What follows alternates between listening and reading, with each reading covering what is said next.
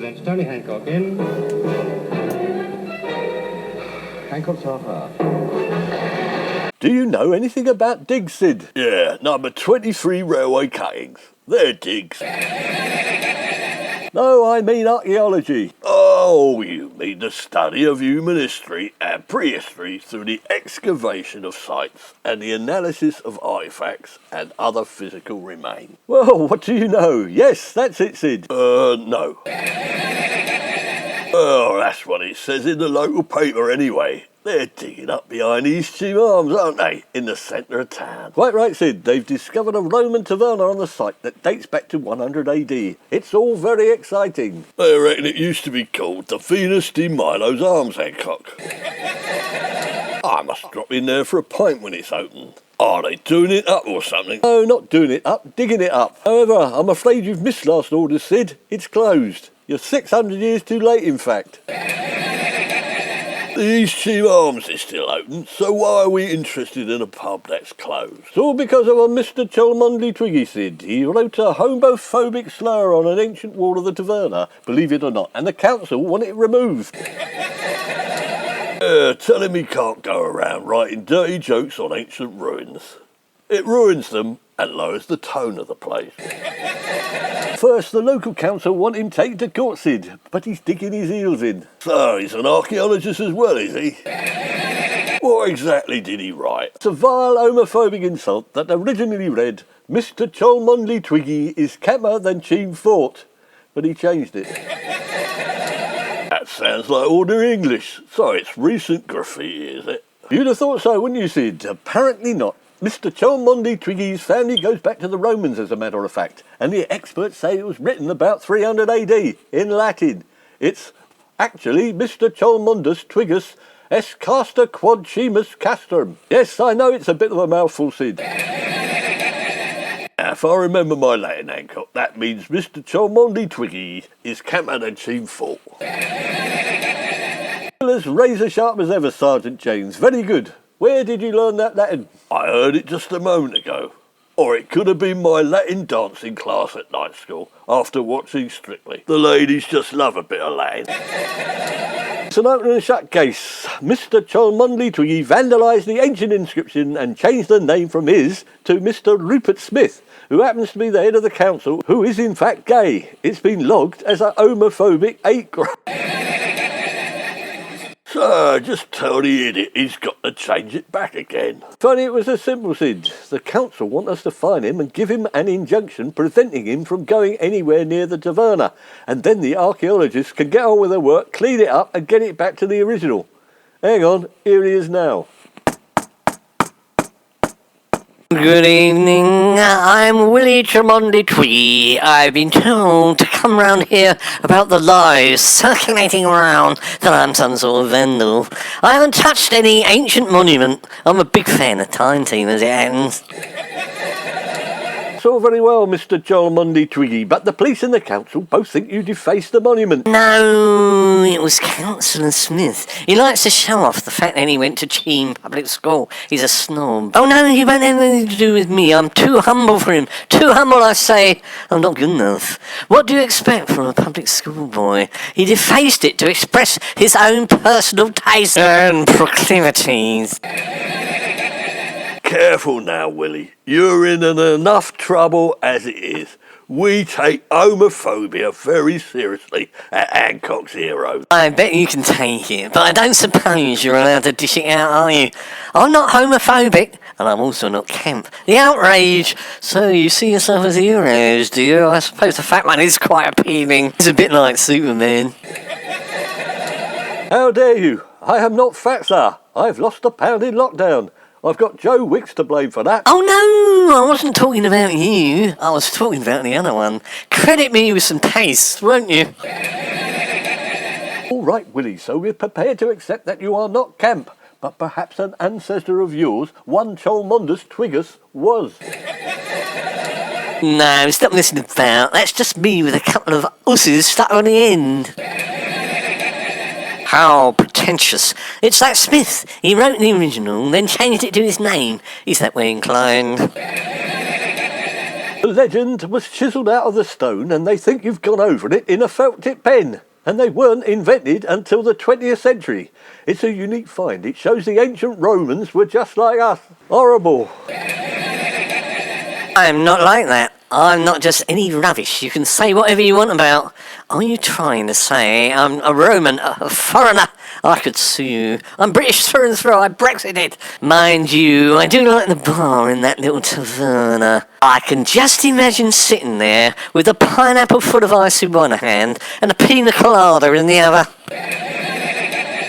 But you do see, don't you, Mr. Cholmondeley Twiggy? You were Roman once upon a time, and your family were as well. What are Romans then? Are they from Romania?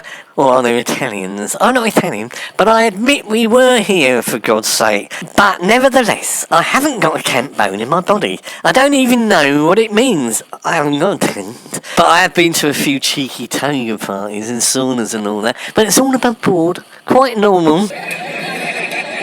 So, we think one of your ancestors happened to be camp enough 1700 years ago that they put his name, which also happens to be your name, in the original inscription behind these team arms. How dare you? What a suggestion, what an insinuation. It's a slur on the good family name of the Cholmondeley Twiggies. None of us were ever camp. I pride myself on being very manly. We've been butch for generations. By the way, where do you get your hair done? It's like a mane. I do like a good blow wave. I wouldn't mind going for a cut and blow dry there myself. Do you have it tinted? Bona. Well, that's Latin as well. I know that one. Thanks very much, Willie. I get it done at the East Sheen Salon as it happens, by their best stylist, Jules. Don't you believe a word of it. He does it himself. They won't touch his hair. Too much lanolin. It's like washing a sheep, they said. Suppose you're very proud that your family have been in the village for ages then, Mr. Cholmondeley Twig. Yes, I know. We owned most of the village until the 18th century, when Rupert Smith's family stole all of it in a card game, and we've been skint ever since. I'm in penury. Penury I am. So you hate the council enough to write Mr. Rupertus Smithus est casta quadcimus castrum. Of course I hate him. Who wouldn't? He stole my inheritance. Inspector, Hancock. Inspector Hancock. Hancock? Not the Hancocks, who helped Smith cheat at the card table. Sir Rodney Hancock had 2 3s. My ancestor, Roger Cholmondeley Twig, had 3 aces, and Gregory Smith had a pair of 10s. But if Gregory Smith won and Roger Cholmondeley Twig lost, that doesn't add up. You're telling me it doesn't. The only thing worse than his card playing ability was his ability to add up. Right, I've made my decision. We shall settle this dispute like gentlemen. So that's pistols at dawn on top of Chi Mill, is it? I'll slap your cheek with one of my kid gloves. No, there'll be no violence and no duelling around here. We'll have to do this properly. You come with us to court to get Judge See-Through to adjudicate. This one will annoy the old bugger, I can tell you.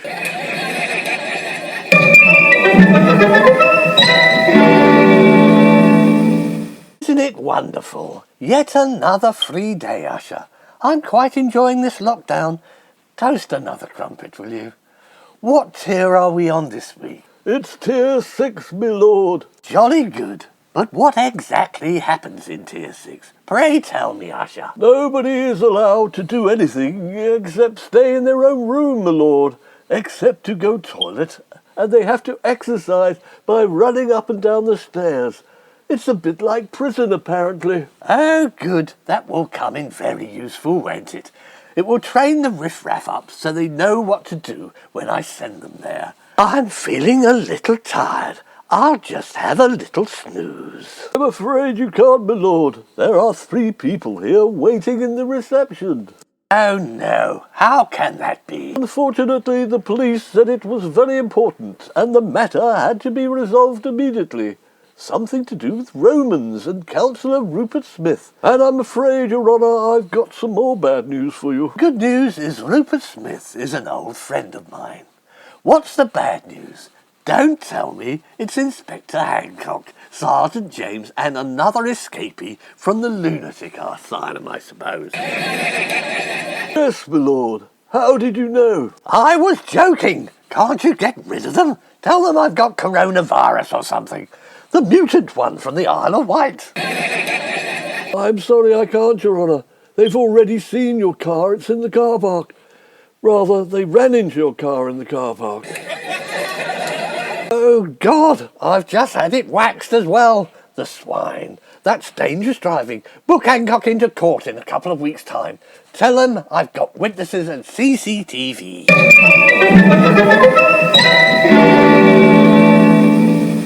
Call William Cholmondeley Twiggy. Good afternoon. Don't you look nice in that wig? Oh, they're quite fashionable nowadays. I like men with long hair. Are you a swinger? Don't be so disgusting. No, I am not a swinger. And don't try and get around me. I've heard it all before. So what exactly have you done to upset Inspector Hancock there? Although it doesn't take much, he seems to bring the most trivial nonsense into this court. Counsel and Inspector Hancock say there's a silly old stone behind a pub and I wrote on it. I'm in denial. That's not a crime, Mr. Hancock. There are lots of stones. What's so special about this one? I'm afraid Cholmondeley Twiggy there inscribed a homophobic comment about our illustrious leader of the council, Mr. Rupert Smith, on a rare Roman foundation stone, which is currently behind the East Cheam Arms in East Cheam. Ah, good. I know Rupert. I enjoy a round or two of golf with him. I usually play a 4-ball with him. 4-ball, eh? Oh, you dirty devil. And then I suppose you two disappear in a bunker before going up the 19th hole together. What are you suggesting? Don't be vulgar in this court. I bet you old hands, don't you? Of course we don't. You are not creating a very favourable impression with me, Mr. Cholmondeley Twiggy. And what comment did you make about poor old Rupert on that stone? Lying beasts say I wrote Mr. Rupert Smithus Escasta Quachimus Castrum over an ancient inscription, which had my name in it, would you believe, but I never did. Mr. Robertus Smithus Escasta Quachimus Castrum, did you say? Still there, is it? Ah, Latin, that's my first language. So you're a bit camp, are you? Of course I'm not. Whatever gave you that impression? Just because my ancestor had a dingy old tavern full of homophobes doesn't mean I'm camp. You must let me be the judge of that. Judge, that's one of my little jokes, you know. Yes, and you've got a big Roman nose. It doesn't mean you're a Roman, does it? And that's one of mine little jokes. However, the court needs to know why you changed the inscription to that of my good friend Rupert Smith. It was him by his own hand. I didn't do it. I have no idea why he should try and change my name to his. He must have been trying to conceal his original crime of trying to make out I'm gay.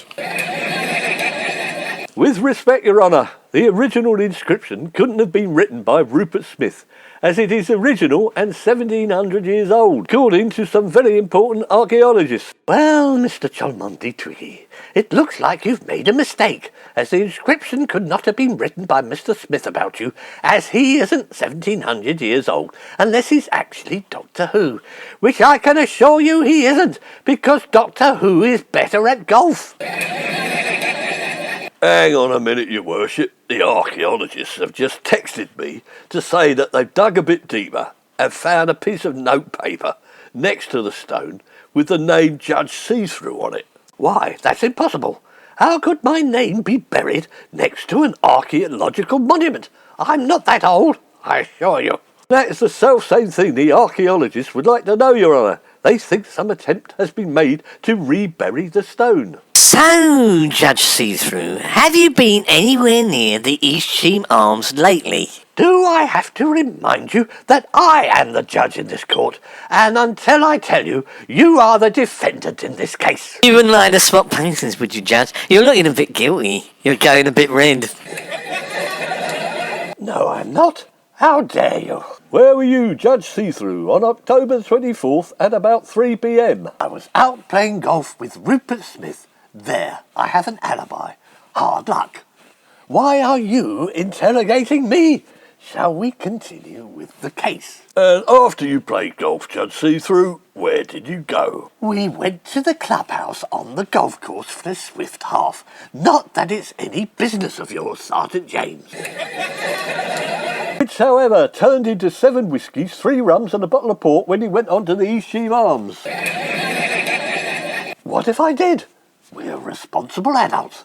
How did you know? Then what did you two consenting adults get up to? Well, I was feeling a bit down in the dumps, as Rupert had just beaten me. I think he did it on purpose. So, in revenge, you scrawled a homophobic insult on a stone you found behind the pub, not knowing its significance. Well, I might have done. I buried it. I didn't know it was being dug up, did I? Well, that's it then. Judge See-Through, I pronounce you guilty as charged. Oh, do shut up. That's my job. Case dismissed.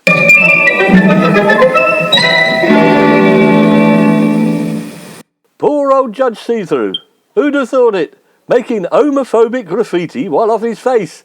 Still, that's the joy of being a private policeman. We are free spirits and behoved to no man. He gave me and Sid 500 quid each as a backhander. Good old Sergeant James had spotted the judge down the East Cheam Arms while he was having a few jars there himself.